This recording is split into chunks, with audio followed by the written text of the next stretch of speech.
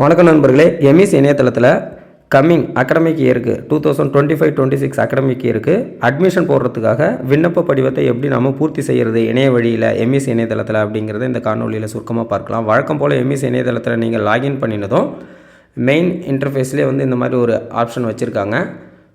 Students admission form 2025-26 academic இயர்னு. இதில் இந்த ப்ளஸ் ஆடுங்கிற ஆப்ஷனை கிளிக் பண்ணிங்கன்னா இந்த மாதிரி உங்களுக்கு காமிக்கும். யார் யாருக்கெல்லாம் இந்த அப்ளிகேஷன் பொருந்தும்னு பார்த்தீங்கன்னா, ஸ்டூடெண்ட்ஸ் ஃப்ரம் அங்கன்வாடி, அடுத்து ஸ்டூடெண்ட்ஸ் ஃப்ரம் ப்ரைவேட் ஸ்கூல்ஸ், அது ப்ரீகேஜிலேருந்து 12th வரைக்கும், அடுத்து students from other states other countries, அடுத்து டைரக்ட் நியூ அட்மிஷன் வயதுக்கேற்ற வகுப்பில் சேருவதற்காக நேரடி சேர்க்கைக்காக. இந்த 4 கேட்டகரியில் இருக்கிற ஸ்டூடெண்ட்ஸுக்கு மட்டும்தான் நம்ம இந்த ஆன்லைன் அப்ளிகேஷனை ஃபில் பண்ணணும். மற்றபடி அரசு பள்ளிகள் மற்றும் அரசு உதவிபெறும் பள்ளிகளிலிருந்து வரக்கூடிய மாணவர்களுக்கு இந்த விண்ணப்பம் பொருந்தாது. அது ட்ரான்ஸ்ஃபரில் வந்துடுவாங்க அல்லது ப்ரொமோட் பண்ணாவே ஆட்டோமேட்டிக்காக நம்ம வெப்சைட்டுக்கு வந்துடுவாங்க.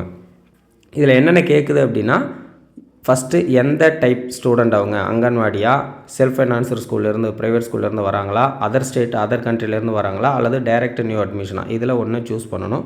அடுத்து மாணவரோட பெயரை ஆங்கிலத்தில் பதிவிடணும். அடுத்து மாணவரின் பெயரை தமிழில் பதிவிடணும். அடுத்து மாணவரினுடைய பிறந்த தேதி, அடுத்து அவனுடைய ஜெண்டர், அடுத்து எந்த கிளாஸ், ஹைஸ்கூலாக இருந்தால் 6th to 10th காமிக்கும், ப்ரைவேட் ஸ்கூலாக, அடுத்து எலிமெண்ட்ரி ஸ்கூலாக இருந்தால் 1 to 5 காமிக்கும், மிடில் ஸ்கூலாக இருந்தால் 1 to 8 காமிக்கும், ஹையர் செகண்டரியாக இருந்தால் 1லேருந்து, அதாவது மாடல் ஸ்கூலாக இருந்தால் 1லேருந்து 12th, நார்மல் ஹையர் செகண்டரியாக இருந்தால் 6th to 12th காமிக்கும்.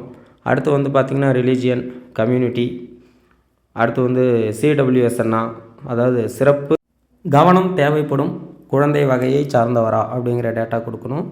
கம்பல்சரி மொபைல் நம்பர் கொடுக்கணும். ஆதார் நம்பர் மேண்டேட்ரி கிடையாது. ஆதார் நம்பர் இருந்தால் அப்டேட் பண்ணலாம், இல்லைன்னா விட்டுறலாம். கடைசியாக க்ரீன் கலரில் இந்த சப்மிட்டுங்கிற ஆப்ஷனை கொடுத்திங்கன்னா உங்களுக்கு ஒரு நம்பர், ரிஜிஸ்ட்ரேஷன் நம்பர் மாதிரி ஒரு நம்பர் ஜென்ரேட் ஆகிடும். ஃபர்தராக அட்மிஷன் பண்ணும்போது அந்த நம்பரை நம்ம இன்க்ளூட் பண்ணி அட்மிஷன் கன்ஃபார்ம் பண்ணிக்கலாம்.